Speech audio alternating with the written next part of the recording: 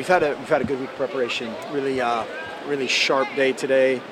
Today for the most part is a mental day, and trying to catch them off guard with a few things in every phase.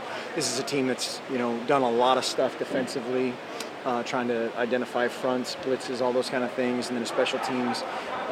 They've done a great job of surprise onside kicks. The returner can do a bunch of things, kind of improvising in the return game. So just a bunch of tests, and they did a really good job today. Utah has a reputation as a good special teams team. Yeah. Has that shown up on your study? I haven't seen good. I've seen great. Yeah. I've seen great. They're, statistically they're the best in the country right now. So that is a huge challenge. The punter is worth the price of admission. That guy is fun to watch. Not necessarily being on the business end of it, but he's a talented guy. And then obviously the return game, they're phenomenal.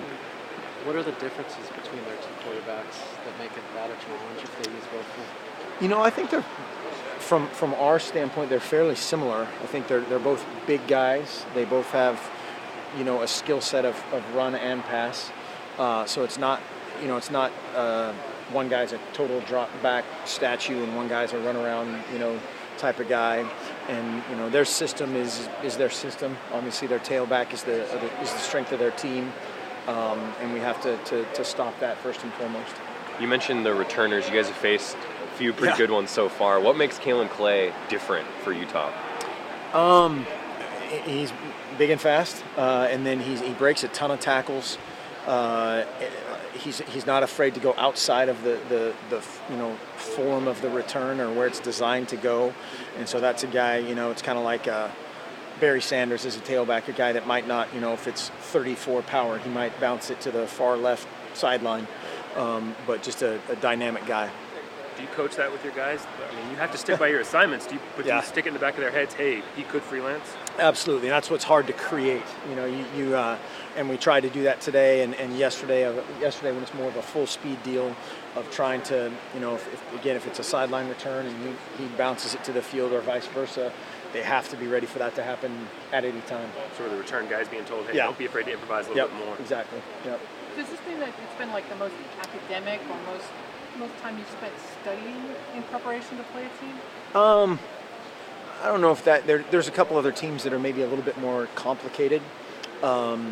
These guys, you get to this point in the season and it's the most film you have on them, so you start, playing a what-if game from game 1 or game 2 or game 3 or game 7 from last season, how much difference they're going to present.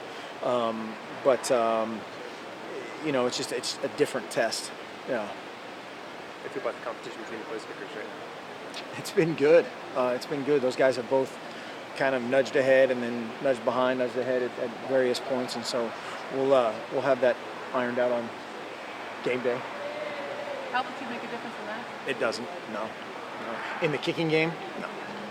Hopefully, in their minds, it might for a couple more touchbacks, but it's not that significant. You mentioned their speedy running back, Devontae Booker, earlier. What kind of game planning have you guys done to slow him down? We're going to play with 12 guys. We think that's our best chance. No, he's dynamic. He's a powerful runner. He's hard to tackle, even for a taller guy.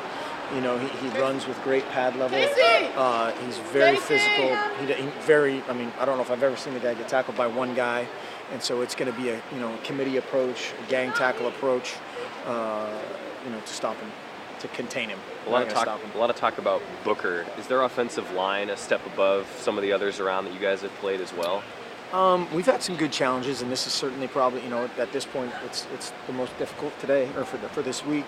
And they're going to shuffle their guys around a little bit. They have a couple young guys that they're going to work in the mix, I think, a little bit more. And they're, a proud tradition at that position at Utah, and they're playing very physically.